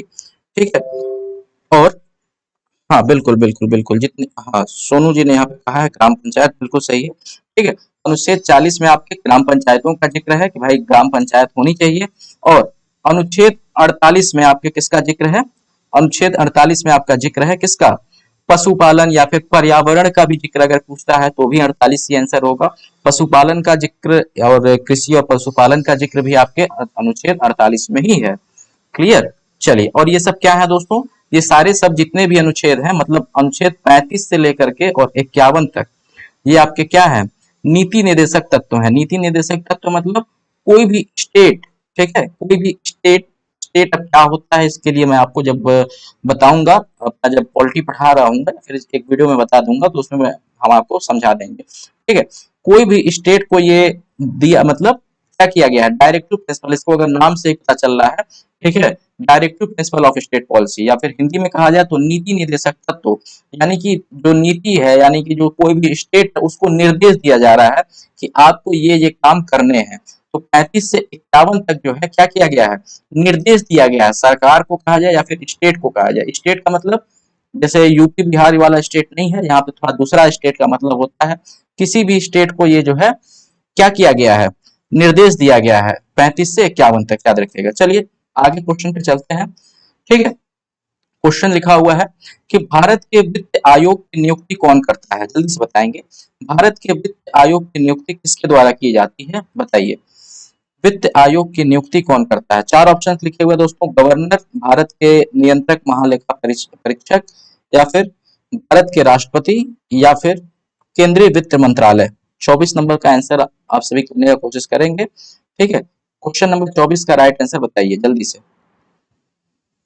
बिल्कुल सही, यहाँ पे जो है ऋषभ जी और मुकुल जी ने आंसर जो है किया है ग्राम पंचायत और एनवायरमेंट। ठीक है, सही है। चलिए इसी प्रकार से आप ऑप्शन क्वेश्चन नंबर 73 का भी आंसर करने का प्रयास करेंगे। क्वेश्चन नंबर जो 73 है उसका क्या राइट आंसर होना चाहिए, उसको भी आप लोग करने का प्रयास करेंगे दोस्तों। ठीक है, क्वेश्चन नंबर 73, अरे सॉरी 73 मैं कह रहा हूँ, क्वेश्चन नंबर 24। ठीक है, क्वेश्चन नंबर 24 का right answer option number C बिल्कुल सही है। ठीक है, इसका जो राइट आंसर होगा दोस्तों होगा भारत के राष्ट्रपति। ठीक है, भारत के राष्ट्रपति इसका राइट आंसर होगा, बिल्कुल सही। चलिए, राष्ट्रपति जो है वित्त आयोग की नियुक्ति करते हैं। नेक्स्ट क्वेश्चन, 73rd संवैधानिक संशोधन अधिनियम द्वारा भारतीय संविधान में कौन सा भाग जोड़ा गया है, बहुत ही इंपॉर्टेंट क्वेश्चन, फिर से वही। ठीक है, अभी जो हमने बताया है उसी से रिलेटेड ये भी है। ठीक है, 73वें संविधान संशोधन से कौन सा अधिनियम जोड़ा गया है ये बताइए, 25 नंबर क्वेश्चन। ठीक है, कौन सा भाग जोड़ा गया है यहाँ पे दिया हुआ है, चलिए बताएंगे जल्दी से, बताएंगे जल्दी से बताएंगे। ठीक है, 25 नंबर का आंसर जल्दी से कीजिए। बिल्कुल सही, 9वां भाग जोड़ा गया है। और ये 73वां संविधान संशोधन किससे संबंधित है दोस्तों, अगर आपसे ये क्वेश्चन पूछता है। ठीक है, ये गायब हो गया। हाँ, 73वां संविधान संशोधन किससे संबंधित है, अगर आपसे ये क्वेश्चन पूछता है तो आपका राइट आंसर क्या बनेगा, याद रखिएगा। ठीक है, तब आपका जो राइट आंसर बनेगा दोस्तों वो क्या होगा, तो आपका जो राइट आंसर होगा वो होगा किससे संबंधित है, तो ये भी आपके पंचायती राज व्यवस्था को लागू करने से ही संबंधित है। ठीक है, 73वां संविधानिक जो संविधान संशोधन था, ठीक है, जिससे जिसके थ्रू भाग 9 आपके जोड़ा गया है, वो भी किससे संबंधित है, तो पंचायती राज व्यवस्था को पूरे देश में लागू करने से संबंधित है। ठीक है, चलिए 26वें नंबर का ऑलरेडी आंसर कर दिया है यहाँ पे दिव्या श्रीवास्तव जी ने, बिल्कुल सही है। ठीक है, ये कह रही है पारसेक किसकी इकाई है, बिल्कुल ये जो है आपकी दूरी की इकाई है। ठीक है, ठीक है, पारसेक आपकी दूरी की इकाई है। ठीक है, ऐसे ही लाइट ईयर, ठीक है, लाइट ईयर से भी आपसे क्वेश्चन पूछता है, लाइट ईयर भी आपकी दूरी की इकाई है, ये तो आपको पता है। लेकिन अब आप ये बताइए एक पारसेक में कितना लाइट ईयर होता है। ठीक है, पार्सेक और लाइट ईयर के बीच में क्या संबंध है, ये अगर किसी को पता हो तो कमेंट करके बताइए। तब तक हम जो है नेक्स्ट क्वेश्चन पे चलते हैं। ठीक है, एक सीधी सड़क पर 27वां नंबर क्वेश्चन आप देख सकते हैं। एक सीधी सड़क पर कार की गति किस टाइप की गति है ये बताना है आपको। ठीक है, सीधी सड़क पर जो कार की गति है वो आवृत्त गति है, वक्रीय गति है, रेखीय गति है या फिर अनियमित गति है। 27 का ऑप्शन नंबर सी बिल्कुल सही। ठीक है, ऐसे ऐसे आप लोग आंसर्स करते रहिए, हमसे भी पहले अगर आप आंसर करेंगे तो बिल्कुल सही है। ठीक है, रेखीय गति क्या होता है दोस्तों मैं बता दूं। जैसे कि आप जानते हैं, ठीक है, जैसे कि आप जानते हैं कि हमारे मतलब एक सेकेंड। ठीक है, जैसा कि दोस्तों आप जानते हैं कि हमारे पास तीन डायमेंशंस होते हैं, तीन आयाम होते हैं। ठीक है, एक होता है लेंथ, एक होता है ब्रेड्थ और एक होता है हाइट। ठीक है, एक होता है लेंथ, ठीक है, तीन आयाम होते हैं, तीन डायमेंशन जिसको हम कहते हैं ना 3D फिगर हम देख रहे हैं। तो 3D में क्या होता है, एक होता है लेंथ और एक होता है ब्रेड्थ और तीसरा होता है हाइट। एच से मैं डिनोट कर रहा हूँ, LB और H। ठीक है, अब रेखीय गति हम किसको कहते हैं, जब हम किसी गति को एक किसी भी एक डायमेंशन में देखते हो, या फिर लेंथ में देखते हैं या फिर ब्रेड्थ में देखें या फिर हाइट में देखें। यूजुअली हम लेंथ की बात करते हैं। ठीक है, जब केवल और केवल एक डायमेंशन की बात करते हो, 1D की बात करते हो, तो एक डायमेंशन में जो गति होगा केवल और केवल एक ही तरह से चल रहा है, एक ही रास्ते पे, सीधे रास्ते पे चल रहा हो, रास्ता वगैरह कहीं परिवर्तित ना हो, किसी दूसरे डायमेंशन में ना जाए, तो उस ऐसी गति को हम क्या कहेंगे, रेखीय गति कहेंगे। लीनियर मोशन इसको हिंदी में कहा जाता है। लीनियर में नाम से पता चल रहा है, लीनियर में क्या लगा हुआ है, लाइन आया हुआ है, लाइन, LINEAR, लीनियर में लाइन आया। लाइन का मतलब एक ही समान एक रेखा में। ठीक है, चलिए नेक्स्ट क्वेश्चन है कि एक तत्व के समस्थानिकों में डैश होते हैं, बताइए।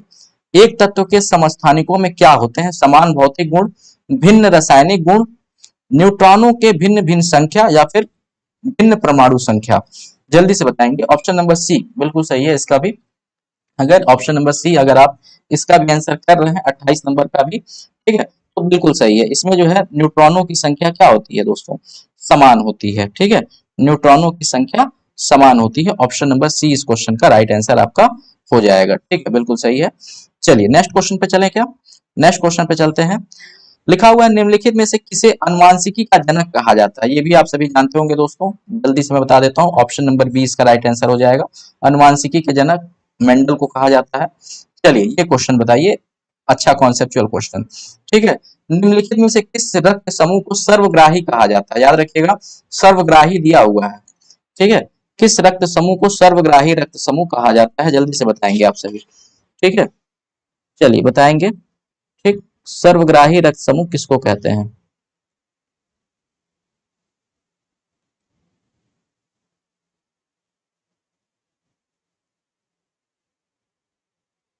चलिए सभी लोग बताने का प्रयास करेंगे। ठीक है, निम्नलिखित में से किस रक्त समूह को सर्वग्राही रक्त समूह कहा जाता है, बताएंगे।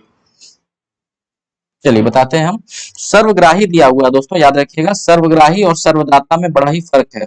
ठीक है, अगर सर्वदाता दिया रहता तब आपका आंसर ओ होता है। ठीक है, ओ होता है मतलब सबको दे सकने वाला, सबको दे सकता है ओ, लेकिन सबसे ले कौन सकता है, तो ए बी पॉजिटिव ले सकता है। ठीक है, बिल्कुल ऑप्शन नंबर सी, जितने भी लोगों ने 30 का option number C, Divya Srivastava का आंसर मैं यहाँ पे देख सकता हूँ। ऑप्शन नंबर सी बिल्कुल सही है दिव्या श्रीवास्तव का।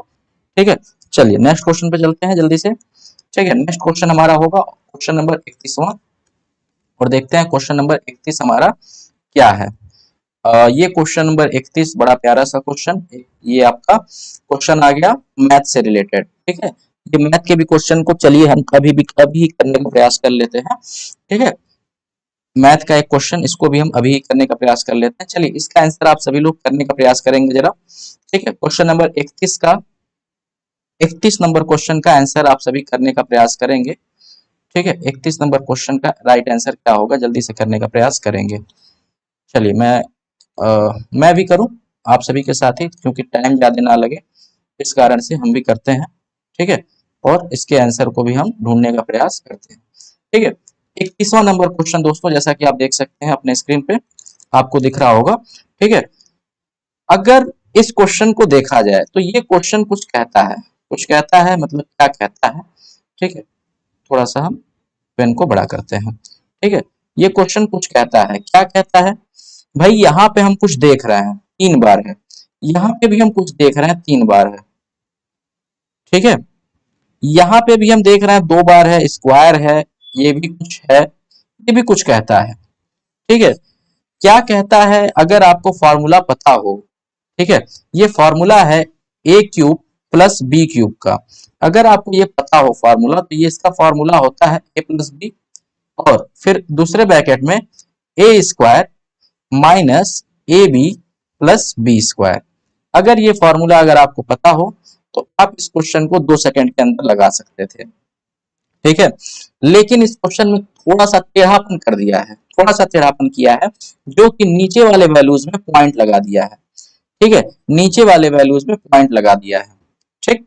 अभी देखिए क्या है इस क्वेश्चन में, देखिए यहाँ पे क्या कर दिया है कि 775 गुणे 775 गुणे 775 3 बार लिख दिया। अगर हम 775 की जगह ए मान लें, ए तो ए गुणा ए यानी कि ए क्यूब हो गया।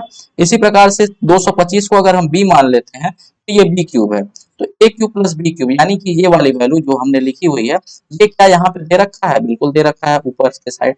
नीचे की साइड क्या दे रखा है दोस्तों, नीचे की साइड आप देखिए, अगर हम पॉइंट को एक समय के लिए निग्लेक्ट कर देते हैं, हटा देते हैं, पॉइंट को अगर हम हटा दें, मान लें कि पॉइंट नहीं है, तो देखिए यहाँ पे ए गुणे ए यानी कि ए स्क्वायर है, बिल्कुल है, ठीक है।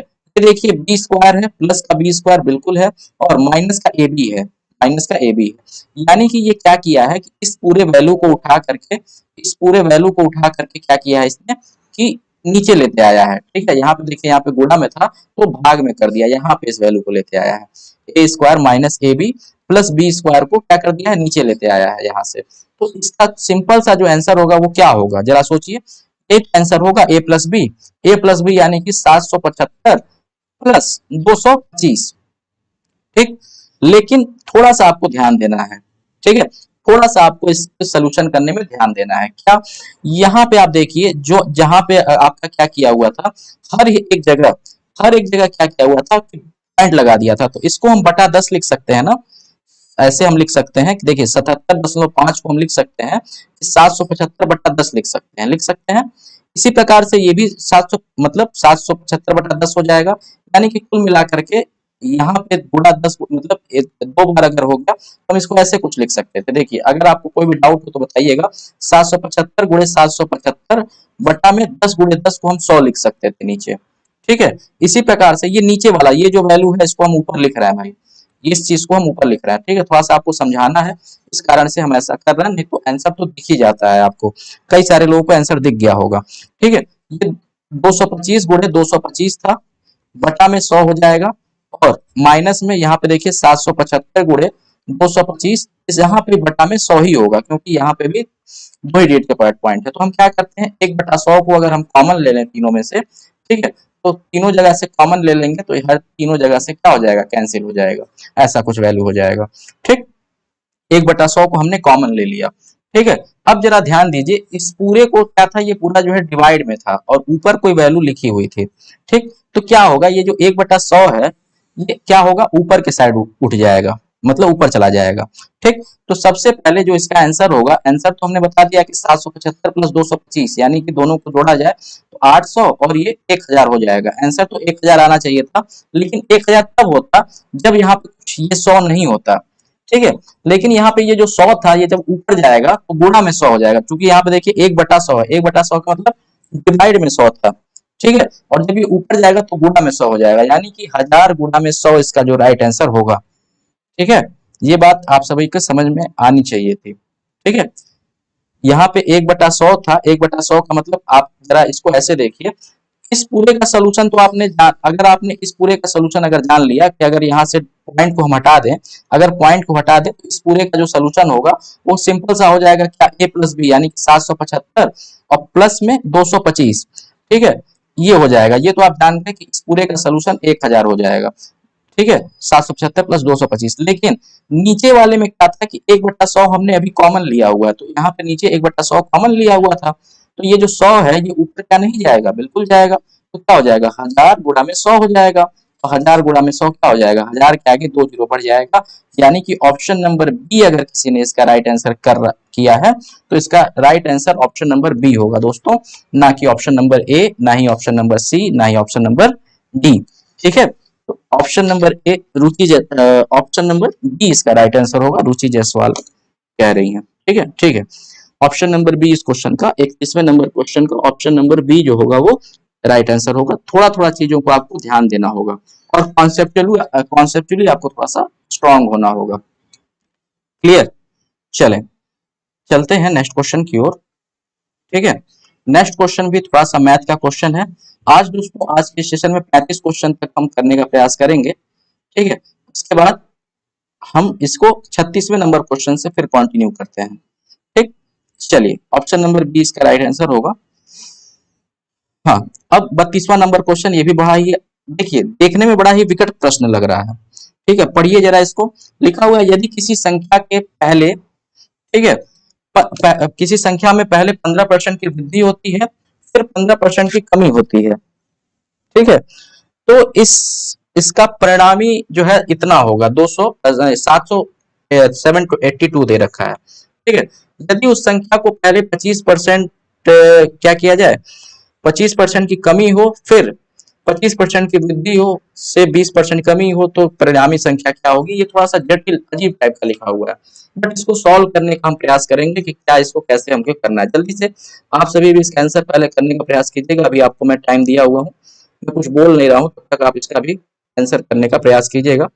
ठीक है, फिर हम देखते हैं कि क्या आप इसका आंसर कर पाते हैं या फिर नहीं।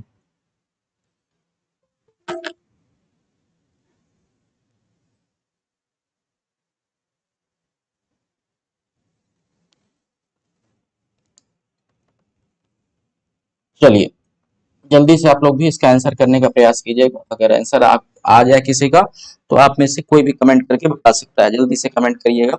ठीक है, और इसी टाइप के क्वेश्चन दोस्तों पूछे जाएंगे। सॉरी,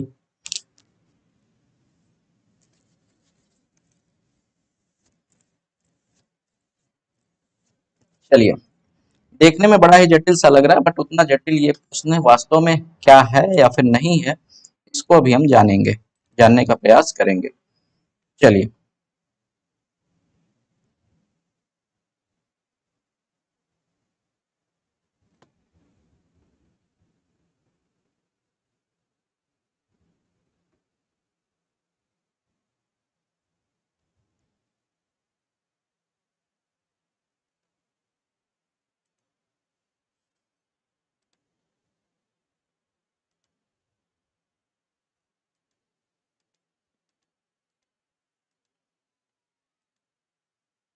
चलिए किसी का भी आंसर अभी तक हमें जैसा कि दिख नहीं रहा है। क्वेश्चन नंबर 32वां हमने आपसे कहा है, जल्दी से बताएंगे आंसर। चलिए मैं बताता हूँ। ठीक है, चलिए हम इसका आंसर बताने का प्रयास करते हैं। ठीक, क्वेश्चन को आपको सबसे पहले एक बार पढ़ना है। क्वेश्चन लिखा हुआ है यदि किसी संख्या को पहले, किसी संख्या में, ठीक है, पहले कुछ वृद्धि दिया हुआ है, 15% की वृद्धि होती है, फिर 15% की कमी होती है। तो सबसे पहले संख्या तो कुछ दे नहीं रखी हुई है भाई, तो क्या हमें संख्या कुछ मान लेना चाहिए क्या। हाँ बिल्कुल, कुछ तो मान लेना पड़ेगा। चलिए हम मान ले, हमने माना। ठीक है, माना कि हमने जो है कोई जो संख्या है वो क्या है, एक्स है। ठीक, चलिए मान लिया, क्या मान लिया कि हमने मान लिया कि माना कि जो संख्या है वो एक्स है। ठीक है, ये आपको लिखना नहीं है, सिंपल से अपने मन में करेंगे आप। ठीक है, एक्स हमने मान लिया। ठीक, अभी क्या कह रहा है कि एक्स को 15% बढ़ाया जा रहा है। 15% बढ़ाया गया यानी कि 100% कोई भी चीज होता है तो 15% बढ़ाया गया तो कितना हो गया, ये अपने का 115% हो गया, मतलब 115/100 हो गया। फिर क्या किया गया, 15% घटाया गया, मतलब अब भाई 15% घटाया जा रहा है, जो भी ये रिजल्टेंट है इसमें से क्या किया गया, 15% घटा दिया गया, यानी कि 85/100 हो गया। ठीक, इसकी वैल्यू दे रखी है तो इसका परिणाम जो है कितना आ रहा है, 782 लिखा हुआ है, इज इक्वल टू 782 लिख दिया है। चलिए तो क्या हम यहाँ से x की वैल्यू नहीं फाइंड आउट कर सकते हैं, निकाल सकते हैं बिल्कुल। इसी को हम सॉल्व कर लेंगे। जरा हम सॉल्व करने का प्रयास करते हैं। देखिए जरा काटने का कोशिश करें। जैसा कि देख सकते हैं आप यहाँ पे काटे, 5 से काट देते हैं 23 बार में, 5 से काटेंगे ये 20 बार में, समझ में आ रहा होगा सभी के। ये 5 से काट सकते हैं 17 बार में, ये 5 से काट सकते हैं 20 बार में। चलिए अब ये x की जो वैल्यू निकल के आएगी वो कैसे आएगी दोस्तों, 782 होगा गुणा में 20, गुणा में 20 पक्षांतर हमने जस्ट कर दिया है, बटा में 23 गुणे में 17। अरे 23 गुणे में 17 ये तो कुछ कहता है, 23 गुणे में 17 ये तो कुछ कह रहा है। क्या कह रहा है, क्या इसको हम 20 प्लस 3 20 माइनस 3 नहीं लिख सकते हैं क्या? लिख सकते थे, ठीक है लिख देते हैं। ठीक है, लिख क्या सकते थे, अपने मन में कर लेते हैं। देखिए इसको हम 20 प्लस 3 कह सकते हैं, 20 प्लस 3, और इसको हम 20 माइनस 3 कह सकते थे। ये माइंड में करेंगे इसको जल्दी से, क्या 23 गुणे 17 हम करने जाएंगे नहीं, 20 प्लस 3 20 माइनस 3, ठीक है। तो क्या हो जाएगा, ए प्लस बी ए माइनस बी, ए स्क्वायर माइनस बी स्क्वायर, यानी कि 20 का स्क्वायर 400 माइनस बी स्क्वायर मतलब 3 का स्क्वायर 9। तो 400 में से 9 माइनस हुआ, यानी कि नीचे आपका क्या आ गया, 391 आ गया। ठीक है, इतना बात आप सभी के समझ में अगर आ रहा हो तो आपका मतलब ठीक ठाक है मैथ। ठीक है, 391 हो जाएगा नीचे। ठीक, ऊपर क्या है, 782 है, कुछ कह रहा है भाई, 782 391 दो गुना लग रहा है, बिल्कुल दो गुना है। ठीक है, दो गुना, दो बार में काट लिया। ठीक है, 20 गुणे 20 400, और 400 गुणे 2 यानी कि 800। एक्स की वैल्यू हमारे पास आ गई 800। अब क्या दे रखा था, ठीक है, अब क्वेश्चन को आगे पढ़ते हैं। ये सबसे पहले एक्स की वैल्यू हमारी, यहां तक का क्वेश्चन हमारा सॉल्व हो गया। ठीक, अब क्या लिखा हुआ था, यदि उसी संख्या में पहले 25% की कमी हो, मतलब 800 में पहले क्या किया गया, 25% की कमी की गई। ठीक है, यानी कि 75 बटा 25% का कमी करेंगे तो 75 बटा 100 हो गया। ठीक है, उसके बाद क्या लिखा हुआ है, फिर 25% की वृद्धि हुई, फिर 25% का वृद्धि मतलब 125 बटा 100। ठीक है, और फिर से 20% की कमी हुई, यानी कि फिर से इसमें क्या कर दिया गया, 80 बटा 100 कर दिया गया। अब दोस्तों अगर आप थोड़ा सा, अगर आप पढ़े होते या फिर पढ़े होंगे तो इसको आप डायरेक्ट ऐसे या फिर काट ही दीजिए, चलिए 3/4 लिख सकते थे, इसको 5/4 लिख सकते थे, इसको हम 4/5 लिख सकते थे। तो जरा देखिए, 4 से 4 कैंसिल, 5 से 5 कैंसिल, कैंसिल हो गया। 800 गुणे 3 गुणे 4 मतलब बट्टा में 4। ठीक है, तो 800 को पहले 4 से डिवाइड करेंगे तो 200 हो गया, 200 गुणा 3 यानी कि 600। ऑप्शन नंबर बी इस क्वेश्चन का राइट आंसर रुचि जायसवाल ने सबसे पहले आंसर किया था। ठीक है, ऑप्शन बी इसका राइट आंसर हो जाएगा। बिल्कुल समझ में आ गया सभी के। ठीक है, अगर नहीं समझ में आया तो एक बार और आप देखेंगे तो आपको समझ में, आशा करेंगे कि आ जाएगा। ठीक है, समझ में आ गया होगा।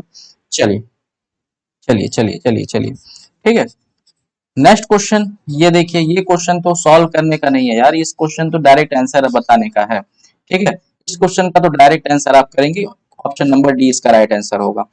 ठीक है, 2 इसका राइट आंसर होगा। 33वें नंबर क्वेश्चन को सॉल्व करने का नहीं है। ठीक है, यहाँ पे आप देख सकते हैं ए प्लस बी का होल स्क्वायर प्लस ए माइनस बी का होल स्क्वायर, और नीचे है ए प्लस बी ए माइनस बी। ठीक है, तो ये डायरेक्ट आप इसका आंसर कीजिए 2, कोई कंफ्यूजन नहीं होना चाहिए ऐसे क्वेश्चन में।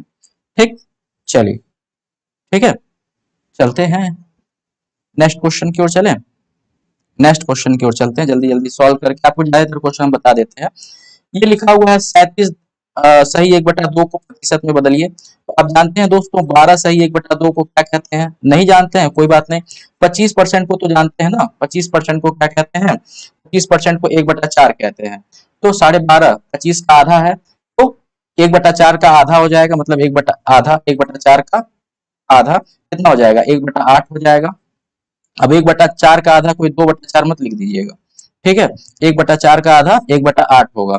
और 37.5% था दोस्तों, 37.5 का मतलब क्या होगा, 37.5 यानी कि 12 को 3 से गुणा किया गया है। ठीक है, 12.5 को 3 से गुणा करने पे आएगा, यानी कि 1/8 को 3 से गुणा कर देंगे, 3/8 इसका राइट आंसर होगा। ठीक है, ऑप्शन नंबर बी। ठीक, ऑप्शन नंबर बी इस क्वेश्चन का, बिल्कुल बिल्कुल, जितने भी लोग ऑप्शन नंबर बी इसका राइट आंसर कर रहे हैं बिल्कुल सही है। कई लोग को याद भी होगा, हमें भी याद है, आप जिसको नहीं याद हो उसको ऐसे सॉल्व कर सकता है, और नहीं तो आप सिंपल सा ऐसे लिखिए भाई, प्रतिशत में बदलना है तो ऐसे कीजिए, बटा में 100 कर लीजिए, आप जो है बटा में प्रतिशत, हाँ, 100 करके भी आप कर सकते हैं, गुणा में 100 करके भी आप बटा में 100 करके निकाल सकते हैं। ठीक है, जैसे भी आप निकालना चाहें निकाल सकते हैं। चलिए, बटा में 100 करके निकाल सकते हैं।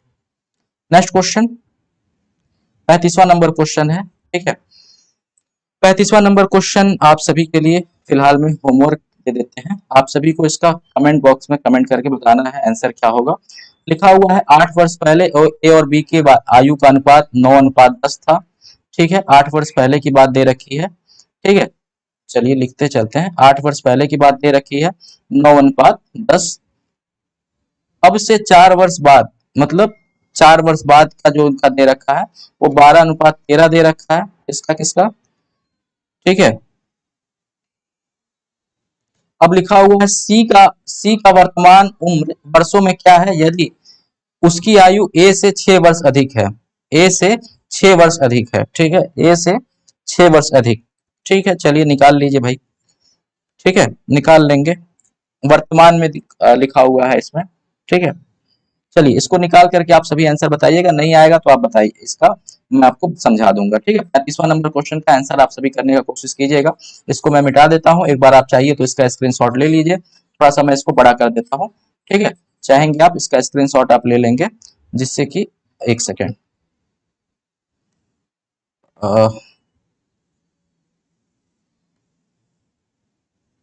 चलिए इस क्वेश्चन का आप चाहें तो स्क्रीनशॉट ले लीजिए और इस क्वेश्चन को आप सभी करने का प्रयास करेंगे।